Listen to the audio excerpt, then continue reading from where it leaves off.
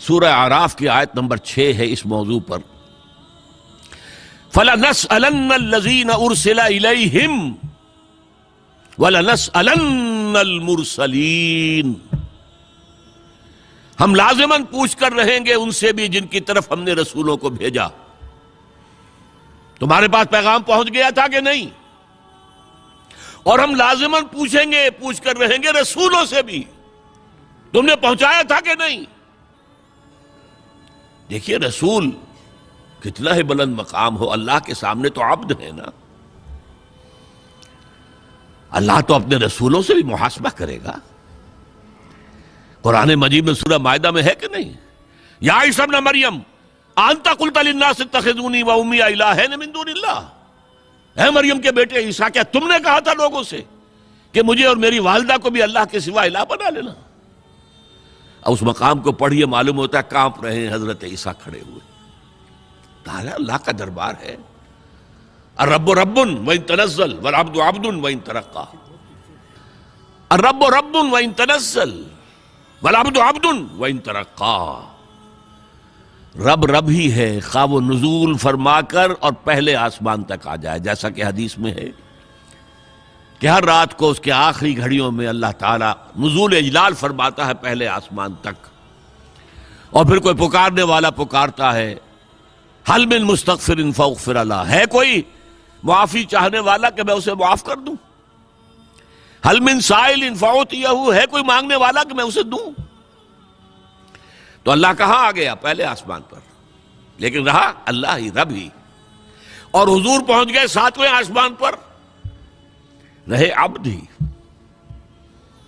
لقد رأى من آیات ربہ الکبریٰ. اپنے رب کی عظیم نشانیوں کا مشاہدہ کیا ہے. ہیں تو بندے ہی. سبحان الذی اسریٰ بعبدہ لیلا من المسجد الحرام الی المسجد الاقصی. عبد عبد ہے، چاہے 7ویں آسمان پر پہنچ گیا ہو، اور رب رب ہے چاہے پہلے آسمان تک اتر آیا ہو. لہذا اللہ تعالیٰ حساب لے گا رسولوں سے بھی.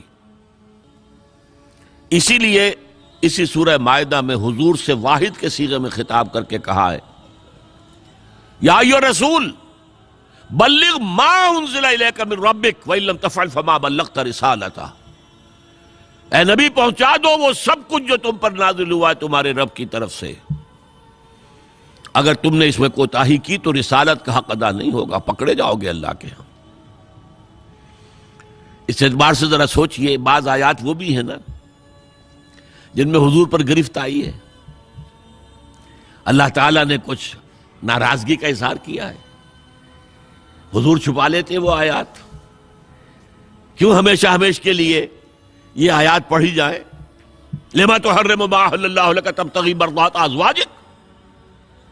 اے نبی کیوں حرام کر رہے اپنے اوپر جو تمہارے رب نے تمہارے لیے حلال کیا اپنی بیویوں کی رضا جوئی کے لیے؟ ہے انداز ہے. عبس وتولی ان جاءہ الاعمی وما یدریک لعلہ یزکی او یذکر فتنفعہ الذکریٰ. انہوں نے تیوری چڑھائی اور منہ موڑ لیا. دیکھیے خطاب بھی نہیں کر رہے یہاں پر، یہ بھی ایک طرح کا اظہار ناراضگی ہے. اے نبی آپ نے یہ کیوں کیا؟ یہ نہیں کہا. اس نے تیوری چڑھائی، اس نے اپنا منہ موڑ لیا کہ ایک اندھا اس کے پاس آیا. یہ آیتیں بھی قرآن میں ہیں اور تا قیام قیامت ہم تلاوت کریں گے. تو یا ایھا الرسول بلغ ما انزل الیک من ربک وان لم تفعل فما بلغت رسالتہ. اے رسول پہنچا دو جو کچھ نازل ہوا ہے تم پر تمہارے رب کی طرف سے، اور اگر نہیں کیا تو رسالت کا حق ادا نہیں ہو.